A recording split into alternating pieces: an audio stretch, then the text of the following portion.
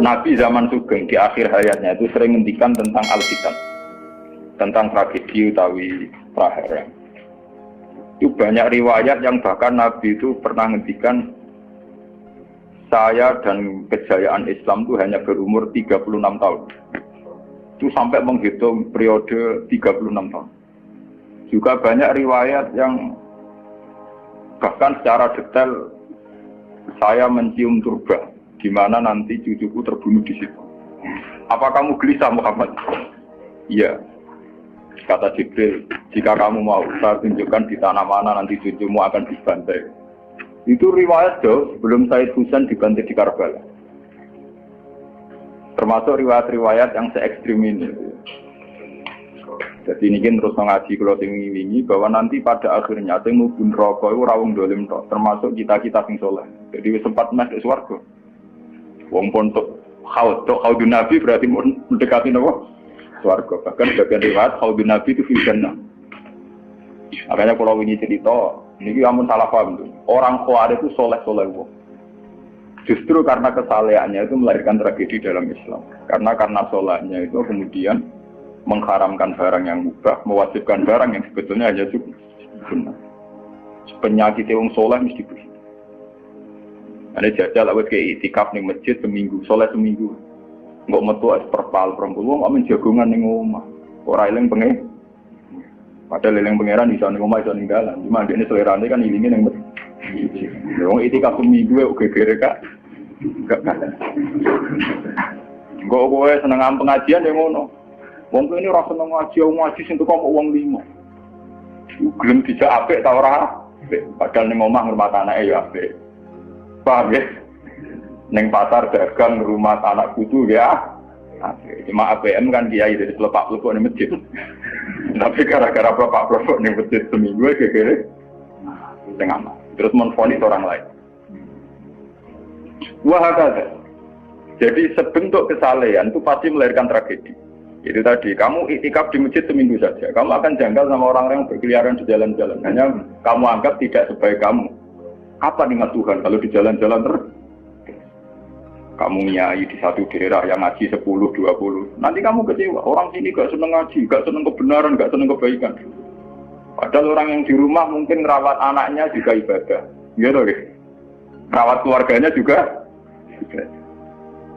Hanya karena dia tidak ngaji sama kamu anggap tidak ibadah. Padahal di rumah juga ibadah sih.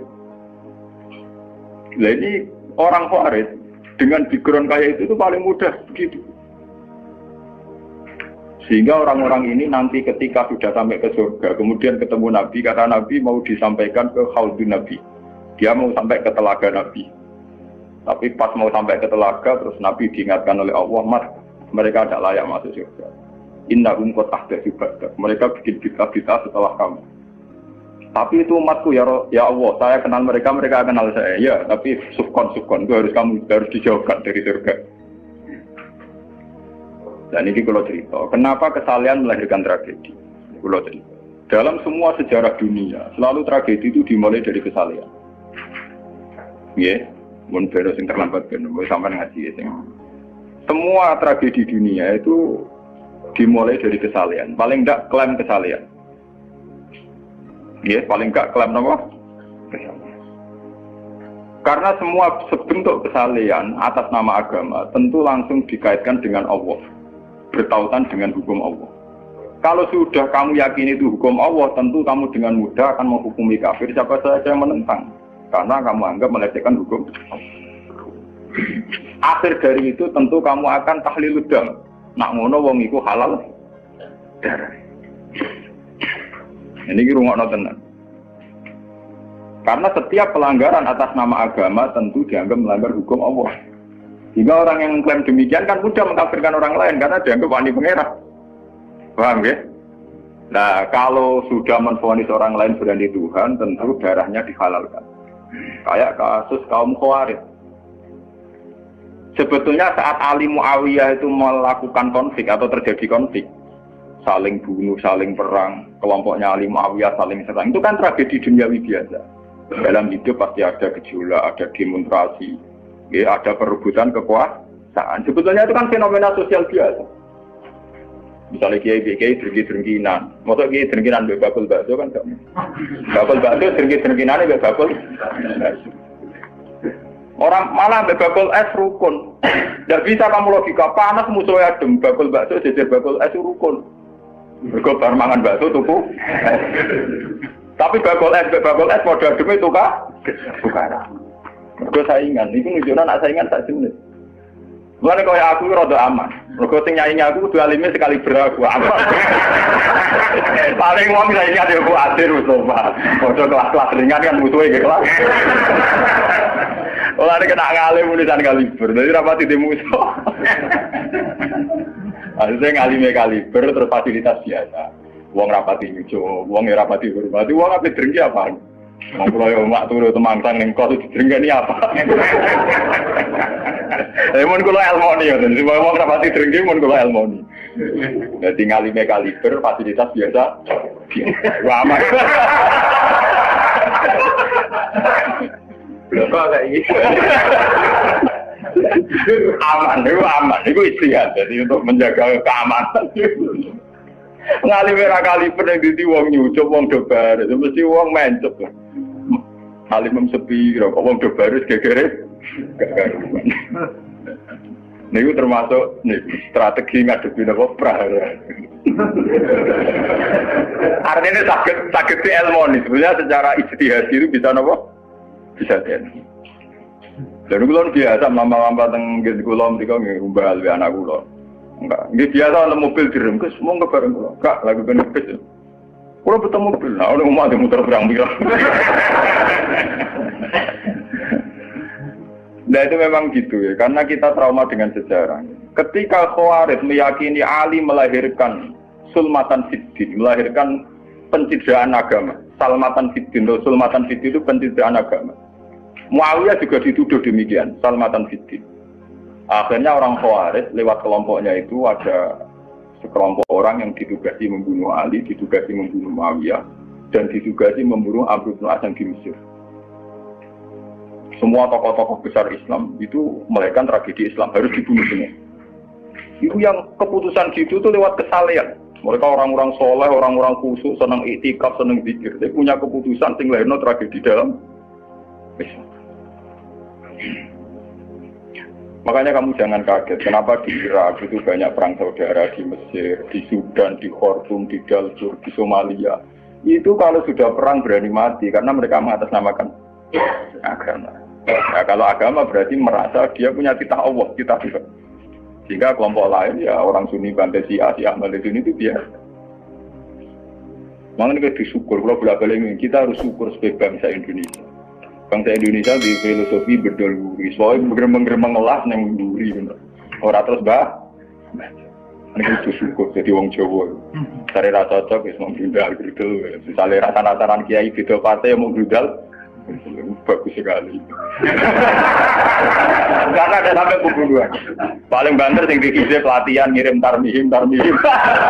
Ayo tak pikir ramahan tim, tak pikir foto ramahan tim.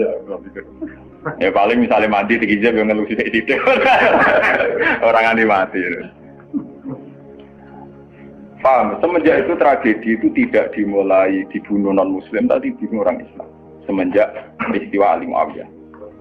Dulu Umar itu matinya masih keren. Umar itu dibunuh oleh seorang Yahudi, Abu Lulu, seorang Majusi, Abu Lulu al-Majusi. Era Utsman banyak riwayat mengatakan yang membunuh itu banyak yang tidak Islam.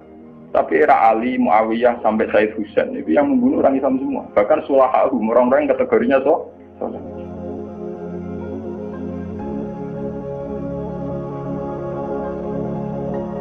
Wong soleh macam payah. Baik Madin ora kenal aku ngukumi wong murtad itu biasa. Karena daftar kemurtatan dalam kitab-kitab salaf itu terlalu banyak. Sama kalau ngaji Sulam Taufik, Sulam Safina itu betapa mudah orang-orang masuk kategori nomor. Mohon teng pondok kula rata rego najaran. Gua ada sing kiai tanglet kula, Gus yo mboten mlebu najaran iki pondok jeneng. Lagi bantah aku apa takok? Nak bantah, ya bantah-bantah, nak takut tak jawab. Ini umum kalau perhitung dong, itu memang resiko. Resiko ada takfir. Bukan kitabnya yang salah, kita kalau tidak punya khazanah banyak itu resiko.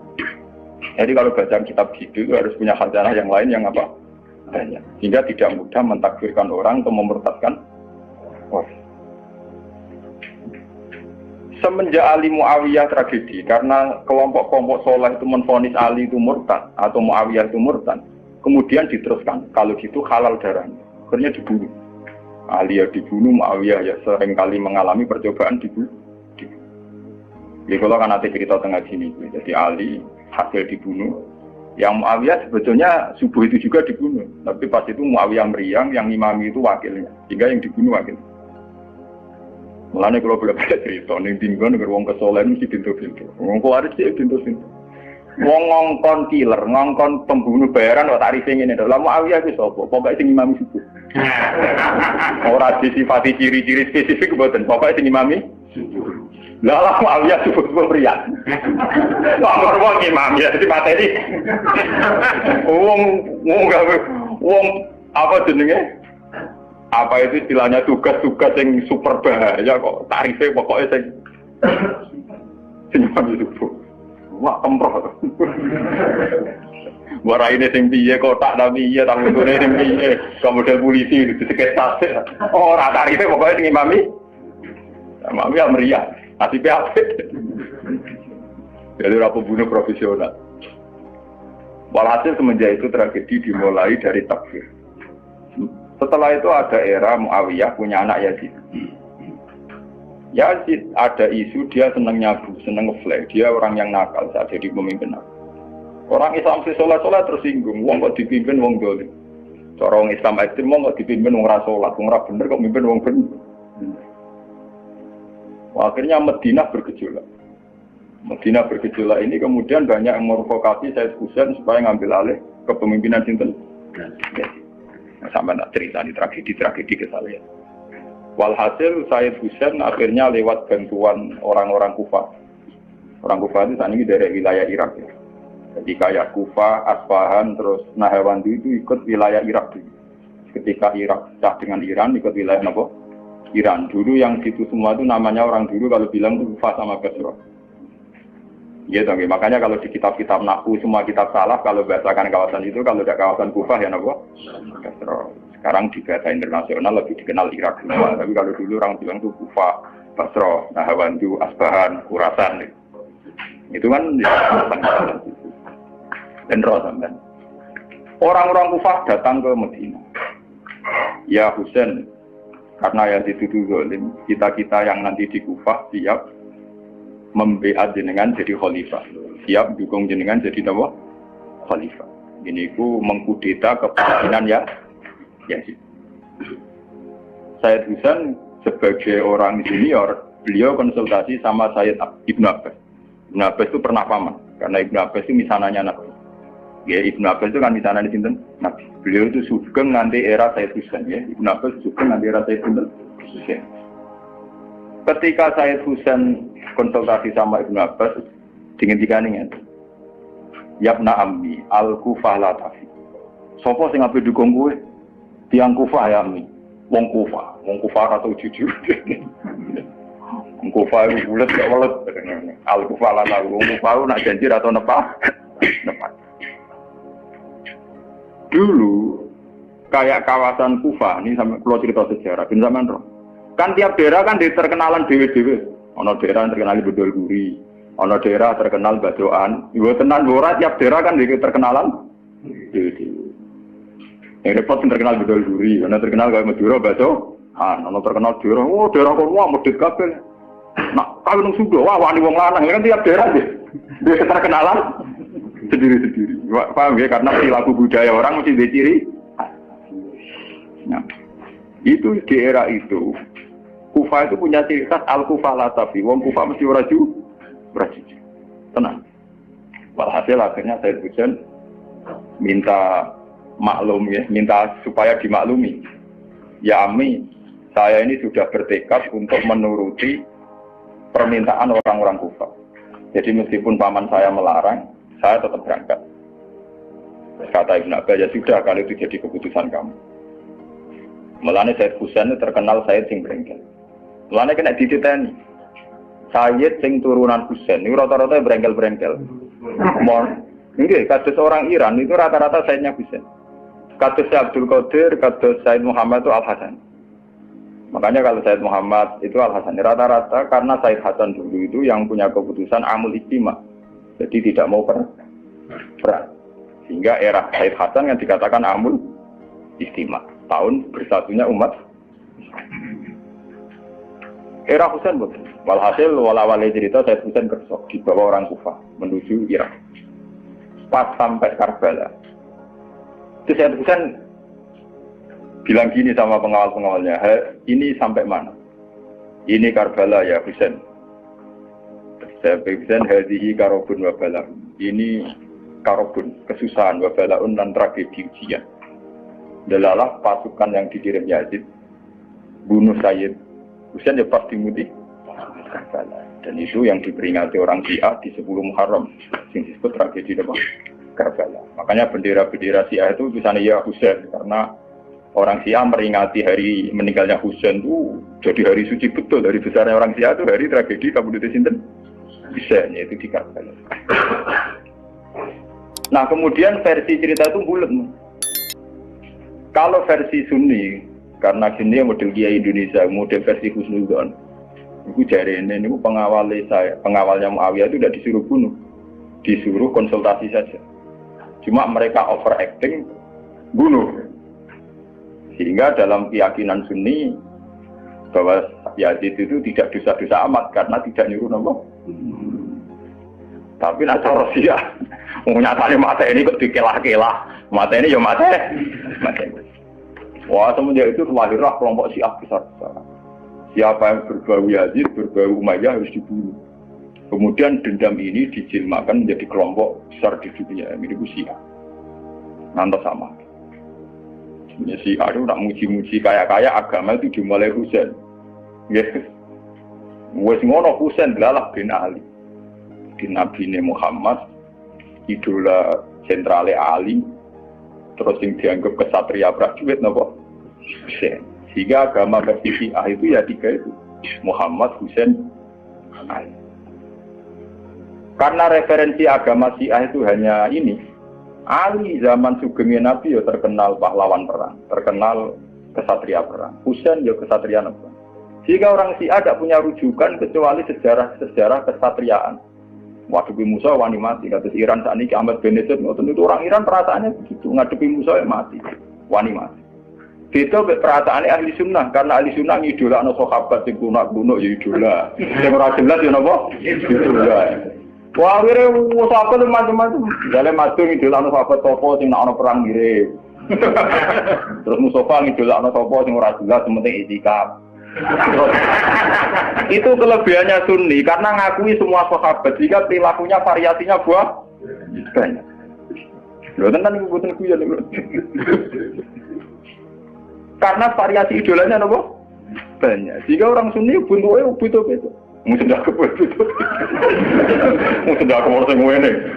Oh, pengamat tuh ngamati salat ngono paling pusing. Kok ono sing standar. Salate Muhammadiyah, PKS, Salafim di standar. Carane ngomong itu pusing.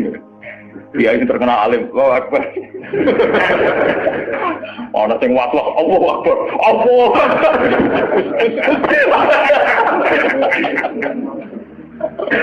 Oh, sedekah kok ono sing ngene. Ono sing ngene, ono sing santai. Ono sing labine ngancing nono selik. Karena orang Sunni terlalu banyak tokoh idola. Karena keyakinan Sunni semua sahabat itu layak diikuti. Iku mbok barokah laknat kowe keyakinane wong Sunni iku semua sahabat layak napa? Sahabat macam-macam. Akhirnya wong Sunni macam-macam. Itu beda dengan Syiah. Sentral sejarahnya di Husain. Husain sebagai martel perang atau kesatria perang. Ali terkenal Al-Qarrar, orang yang reputasinya juga tentang nama. Jika dalam terminologi Syiah itu tidak ada istilah bil-hikmati wal-midhatul hasanah, sing sabar ngadepi Musa sing santun ora mahal tuh. Jawa niku mboten mahal. Paham ya? Sampeyan ngerti kenapa sih cara berpikir demi nek Sunni mboten. Mau kiai iku dhisik ning daerah Abangan. Mujite sik Islam ora malas. Malah dungo. Boleh cerita seputar rawani tok. Seputar sabar, seputar kawan. Jarang kok kiai sundi wani jotosan. Jadi sejarah dengan sabar. Sehingga dalam tradisi Sunni itu tidak ada revolusi sampai sekarang. Beda dengan di Syiah. Libanon pengikut Syiah, Syria ya Syiah, Iran juga Syiah. Meskipun Syiah sendiri punya variasi, kayak Syiah Imamiyah, Syiah Ismailiyah, Zaidiyah dan sebagainya. Tapi trennya sama, tetap menjadikan Said Hussein sebagai sentral. Emang jelas nonton TV kan nonton benderane Syiah tulisan apa? Ya apa? Ya Hussein. Nah sampai idola kan buatan Hussein. Idola Hasan, saya Hasan itu rasa seneng perang, tapi semua ya kok. Jadi ya kayak itu perang barang, gerwapan titik, nopo poli. Ya, jadi sejarah berulang. Ya apa-apa, jadi perang repot. Mau yang mirip perang. Cerita. Bon akhirnya setelah era Yazid, kemudian ada dinasti-dinasti. Kemudian era Yazid karena bin Muawiyah disebut dinasti Umayyah. Orang-orang penggemar Husain karena Husain itu mimpi Rasul melahirkan dinasti. Jadi disebut dinasti Fatimiyah. Sebenarnya dinasti Fatimiyah itu bukan dinasti turunan Husain, karena saking cintanya ke Husain mengatasnamakan dinasti Fatimiyah. Ada perang. Hasil wala-wali zaman nanti dinasti Fatimiyah itu kuasa. Ketika kuasa sempat bikin Al-Azhar. Jadi Al-Azhar dulu itu barokahnya dinasti Fatimiyah. Al-Azhar itu dari kata Fatimah Zahra. Af'al tafdilnya Zahra itu Al-Azhar. Kayak Hasna, kalau mu'anats kan Hasna. Kalau bahasa Arab untuk af'al tafdil Al-Ahsan. Jadi kalau Zahra berarti menjadi Azhar. Itu karena bahasa saja kayak Hasna mu'anats, kalau Ahsan untuk af'al tafdilnya. Jadi kalau Zahra jadi apa? Azhar. Jadi kata Fatimah Zahra.